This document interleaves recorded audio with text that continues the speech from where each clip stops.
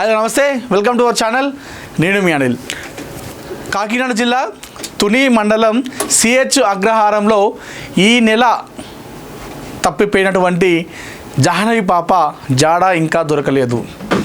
ఈ పాప క్షేమంగా రావాలని, సురక్షితంగా ఇంటికి చేరుకోవాలని రెండు తెలుగు రాష్ట్రాల ప్రజలందరూ కూడా వేడుకుంటున్నారు.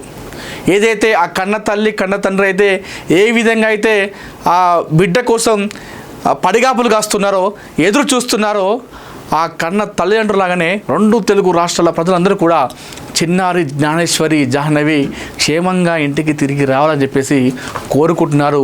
వాళ్ళు ప్రార్థనలు కూడా చేస్తూ ఉన్నారు కొన్ని ప్రాంతాల్లో ఆ చిన్నారి కోసం. అంటే ఆ చిన్నారి జాహ్నవి పాప రెండు తెలుగు రాష్ట్రాల ప్రజలందరూ కూడా అంతలా కనెక్ట్ అయిపోయింది. ఎందుకంటే 2 సంవత్సరాల పసిపాప, 2 సంవత్సరాల పాప తప్పిపోయి 8-10 రోజులు అయినప్పటికీ కూడా దొరకపోవడంతో అందరూ కూడా జనాలు, అంటే మనం మామూలుగా మన ఇంట్లో ఉన్నటువంటి పిల్లలు ఒకరోజు మనం ఒక పూట అన్నం పెట్టకపోతేనే వేరే ప్లేస్లో ఉంటే ఒక 10 సార్లు మన ఇంటికి ఫోన్ చేస్తాం. కోడలా లేకపోతే కూతురా ఫోన్ చేసి తిన్నదా వాటర్ తాగిందా, తింటుందా అని చెప్పేసి ప్రతిసారి కూడా, అంటే గడి కూడా మనం కాలేజ్కి అనుకుంటాం చిన్నపిల్లలు ఉంటే. అలాంటిది పాప తప్పిపోయి 10 రోజులుగా వస్తుంది, దగ్గర 10 రోజులుగా. మరి పాప ఎక్కడుంది, నీళ్ళు తాగిందా, అన్నం తిన్నదా, మరి ఎలా ఉంది, సురక్షితంగా ఉందా లేదా అనేటువంటి దానిలో ప్రజలందరూ కూడా పాప కనెక్ట్ అయిపోయి ప్రార్థనలు చేస్తూ ఉన్నారు, వేడుకుంటూ ఉన్నారు దేవునికి పాప క్షేమంగా రావాలని చెప్పేసి. అయితే ఈ చిన్నారి జాహ్నవి పాప విషయంలో అన్నీ కూడా రోజుకొక ట్విస్ట్ కనిపిస్తూ ఉంది. పూటకొక మలుపులు మలుగుతున్నాయి ఈ చిన్నారి కేసు విషయంలో. ఎప్పుడైతే పాప తప్పిపోయిందో అప్పటి నుండి ఇప్పటి వరకు కూడా ఈ 8-10 రోజులలో ఎన్నో వార్తలు వచ్చినాయి, ఎన్నో కథనాలు వచ్చినాయి. ఆ పాపతో పాటు కుక్క కూడా తప్పిపోయింది. మళ్ళీ కుక్క తిరిగి 3 రోజులు తిరిగి వచ్చింది. అది నిన్న జీపీఎస్ అక్కడ అమర్చిరు పోలీసులు. అది తిరిగి 8 కిలోమీటర్లు తిరిగేసరికి అది నీళ్లు లేక ఆహారం లేక నిన్న చనిపోవడం జరిగింది. ఆ చనిపోయిన విషయంలో కూడా చాలామంది అనుమానం వ్యక్తం చేస్తున్నారు. దీనికి ఎవరో విష ప్రయోగం చేసారు, లేదంటే దాన్ని ఎవరో చంపేసారు అని చెప్పేసి దీనిపైన కూడా కొన్ని కథనాలు వస్తూ ఉన్నాయి. ఇలాంటి నేపథ్యంలో ప్రస్తుతం మరి చిన్నారి ఎక్కడుంది, జాహ్నవి చిన్నారి ప్రజెంట్ ఎక్కడ ఉంది అనేటువంటి క్లారిటీ ఎవరు కూడా లేదు. ఈ క్లారిటీ పైన జనాలు మొత్తం కూడా కన్ఫ్యూజ్ అవుతున్నారు. ఎందుకంటే మినిట్ అప్డేట్ తెలుసుకుంటూ ఉన్నారు. ఛానల్స్ ఓపెన్ చేయడము, లేకపోతే గూగుల్ని ఓపెన్ చేసి అడగడము పాప గురించి, పాప ఆరోగ్యం గురించి ఎక్కడ ఉంది అని చెప్పేసి ఆ గూగుల్ని యూట్యూబ్ ఓపెన్ చేస్తూ ఉన్నారు. యూట్యూబ్ ఓపెన్ చేస్తే ఒక్కొక్క దాంట్లో ఒక్కొక్కలాగా కథనాలు వస్తున్నాయి. ఇంతకీ పాప ఎక్కడుంది ఏంటి అనేటువంటి ఒక క్లారిటీ అయితే ఎవరు కూడా సరిగా లేదు. ఒక్కొక్క ఛానల్ ఒక్కొక్కలాగా ఇస్తూ ఉన్నారు. కొంతమంది దొరికిందని, దొరకలేదు అని, కొంతమంది కిడ్నాప్ అని, కొంతమంది ఏమో నక్కలు దాడి చేశామని చెప్పేసి మరికొంతమంది, గ్యాంగ్ వచ్చింది, గ్యాంగ్ తీసుకెళ్ళిందని మరికొంతమంది రకరకాలుగా వస్తున్నాయి. ఇలాంటి నేపథ్యంలో మనం అసలు ప్రస్తుతం ఏం కథనాలు జరుగుతున్నాయి, ఏదైతే సిహెచ్ అగ్రహారంలో పాప తప్పిపోయినటువంటి ప్రాంతంలో అక్కడ ప్రజెంట్ పరిస్థితి ఏంటిది, అక్కడ ప్రస్తుత కథనాలు ఎలా ఉన్నాయి, అక్కడ ఎలాంటి ఇన్ఫర్మేషన్ ఉందో మనం ఒకసారి తెలుసుకునే ప్రయత్నం చేద్దాం. అయితే ఈ పాప పైన, జాహ్నవి చిన్నారి పైన కథనాలు అయితే ఒక జోరు అందుకున్నాయని చెప్పుకోవాలి. ఒక్కొక్కలాగా ఇస్తూ ఉన్నారు ఈ వార్త గురించి. సో మనం ముందుగా మాట్లాడుకుంటే,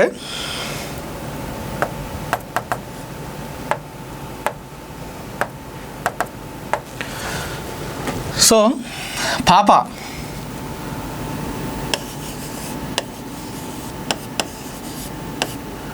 జూన్ 6న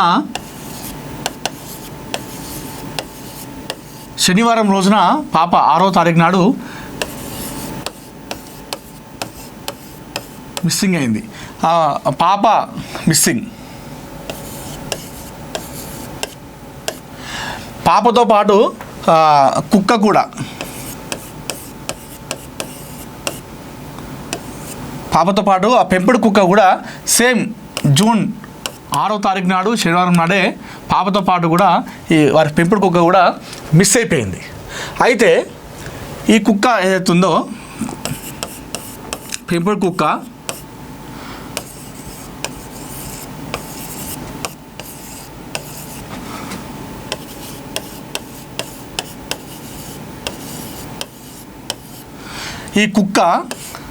జూన్ 9వ తేదీ నాడు మంగళవారం నాడు తిరిగి ఇది ఇంటికి వచ్చింది ఒంటరిగా.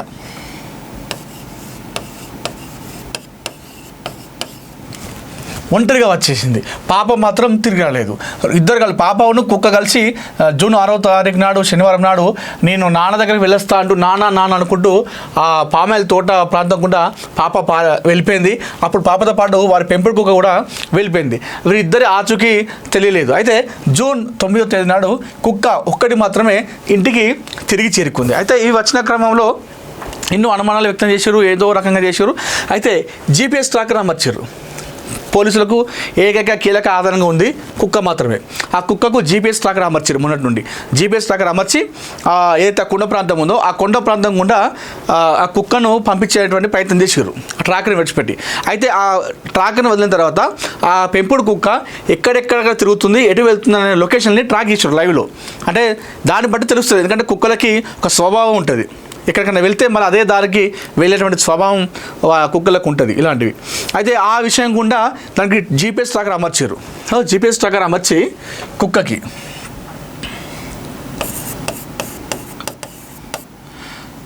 ఇది ఎప్పుడు 12 తేదీ నుండి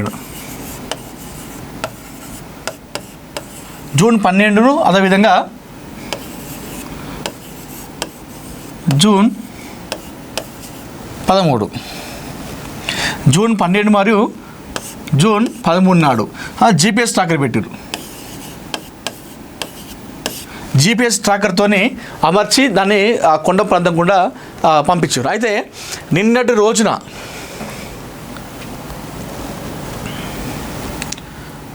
సో ఇది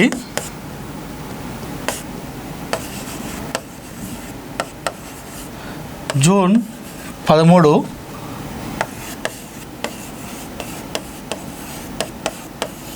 సాయంత్రం సమయంలో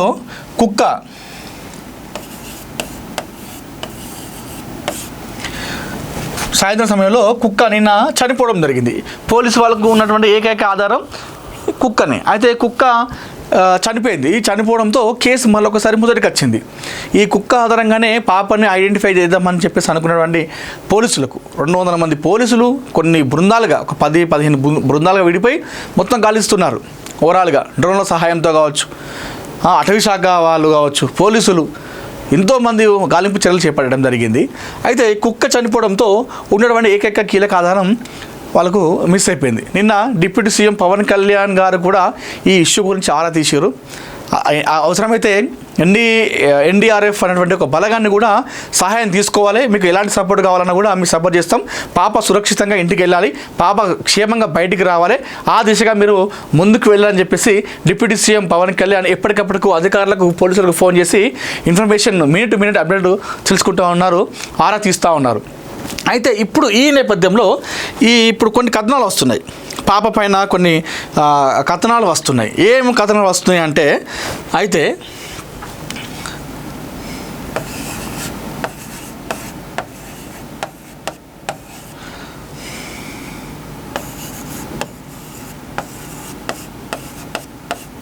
జూన్ 15 రేపు అమావాస్య అట. జూన్ 15 రేపు అమావాస్య. అయితే ఈ అమావాస్య ఉంది కాబట్టే ప్రతి అమావాస్య ముందు కొంతమంది ఇట్లా కిడ్నాప్కి గురవుతారు, చిన్నపిల్లలను అపహరిస్తూ ఉంటారు. ఎందుకు అంటే అది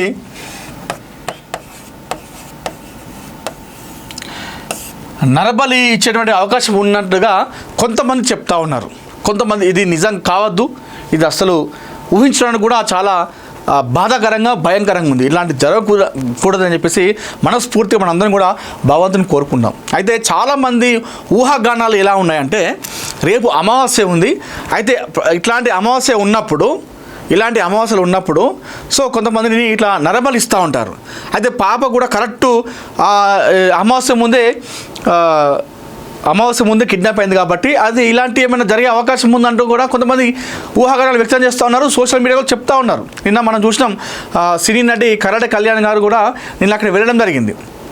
అక్కడ వెళ్ళి ఈ విషయం గురించి కూడా తను మాట్లాడడం జరిగింది. అయితే రేపు అమావాస్య కాబట్టి ఇట్లాంటి అవకాశం ఉంది, అక్కడ క్షుద్ర పూజలు కూడా చేసేటువంటి అవకాశం కూడా ఉన్నట్టుగా కొంతమంది చెప్తా ఉన్నారు. అంటే ఇప్పుడు ఏం జరుగుతుంది ఈ కేసు విషయంలో, ఎవరెవరు ఎట్లాంటి ఊహాగానాలు ఉన్నాయనేది ఇప్పుడు మనం మాట్లాడుకుంటున్నాం.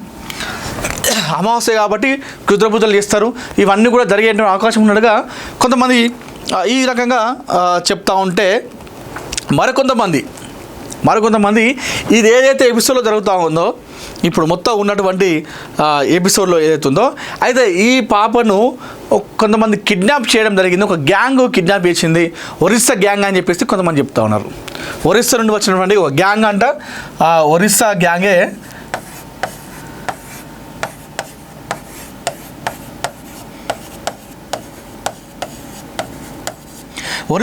కిడ్నాప్ చేసింది పాపడు అని చెప్పేసి మరికొంతమంది చెప్తా ఉన్నారు. ఇదంతా పాప తప్పిపోలేదు, పాప మిస్ కాలేదు, ఇదంతా ఏది కాదు. ఈ మొత్తం కూడా ఓవరాల్గా ఒరిస్సా గ్యాంగు లాంటి వాళ్ళు వచ్చి పాపను కిడ్నాప్ చేయడం జరిగింది అని చెప్పేసి మరికొంతమంది చెప్తున్నటువంటి పరిస్థితి కనిపిస్తూ ఉంది. అయితే కుక్క ఉంది కదా, ఈ కుక్క విషయంలో కూడా కొన్ని అనుమానాలు వ్యక్తమవుతున్నాయి. కుక్క అది ఆహారం లేక చనిపోలేదు, అది నీళ్లు లేక చనిపోలేదు. దానికి ఎవరో విష ప్రయోగం చేయడం జరిగింది. కుక్కకి దాన్ని ఎవరో వాంటెడ్లీగానే చంపేశారు. విషపూరితమైన పదార్థాలు ఇచ్చిరా, విష ప్రయోగం చేసిరా, మరి ఇతర ఏ కారణాల వలనో కానీ మొత్తానికైతే కుక్కను చంపేసిర్రు అని చెప్పేసి మరికొంతమంది చెప్తా ఉన్నారు. ఎందుకంటే అది వచ్చేటప్పుడు మంచిగా ఉన్నటువంటి కుక్క ఎందుకు అకస్మాత్తుగా చనిపోయింది, అదే కీరోలు అనుకున్నాం. అలాంటి ఒక కీలక పాత్ర ఉండేటువంటి కుక్క చనిపోయిందంటే అది ఖచ్చితంగా వాంటెడ్లే, అది ఎవరో చేసారు. కుక్కను చంపింది కూడా ఎవరో ఖచ్చితంగా చంపే ఉంటారు, అది చనిపోలేదు. దానికి అదే విష పదార్థాలు విష ప్రయోగం చేసారు, లేదంటే ఇతర కారణాలు ఏదో ఒకటి చేసారు. ఖచ్చితంగా కుక్క దానికంతటికి అదే చనిపోలేదు అని చెప్పేసి మరికొంతమంది చెప్తా ఉన్నారు. ఇట్లా చూస్తుంటే ఒక యూట్యూబర్ జాహ్నవి కేసు పైన ఒక యూట్యూబర్ చెప్తా ఉన్నాడు, వీడియో చేసి పోస్ట్ చేస్తున్న క్రమంలో ఆ లైవ్ కింద ఒక వ్యక్తి కామెంట్ చేయడం జరిగింది. ఒక్కసారి ఇప్పుడు ఆ కామెంట్ రావడంతో ఇప్పుడు అందరూ కూడా మరొకసారి షాక్ గురయ్యారు. ఆ కామెంట్లో ఏముందంటే, చిన్నారి పాప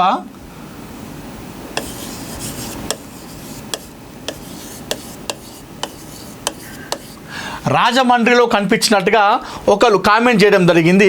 ఆ యూట్యూబర్ వీడియో కింద కామెంట్లో పోస్ట్ చేయడం జరిగింది. రాజమండ్రిలో ఒక ముసలావిడ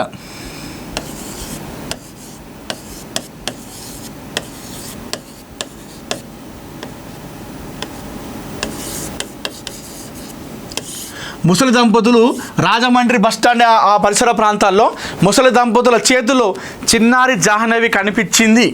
చిన్నారి జాహ్నవి ఎత్తుకొని ఇద్దరు ముసలి దంపతులు రాజమండ్రిలో తిరుగుతున్నారు, నాకు కనిపించింది, నేను చూశానని చెప్పేసి ఒక వ్యక్తి, ఒక యూట్యూబర్ పెట్టినటువంటి వీడియో కింద కామెంట్ రూపంలో తెలియజేయడం జరిగింది.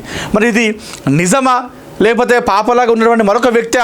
ఇప్పుడు ఇలాంటి సమయంలో మనం అట్లా అనుకోనికి లేదు. ఎవరు పాపలాగా కనిపించినా కూడా మనం ఖచ్చితంగా ఇన్ఫర్మేషన్ ఇవ్వాలి. పాపలాగా ఎవరైనా అనుమానాస్పదంగా కనిపించినా కూడా మనం పోలీసు వాళ్ళకి ఇన్ఫర్మేషన్ ఖచ్చితంగా ఇవ్వాలి.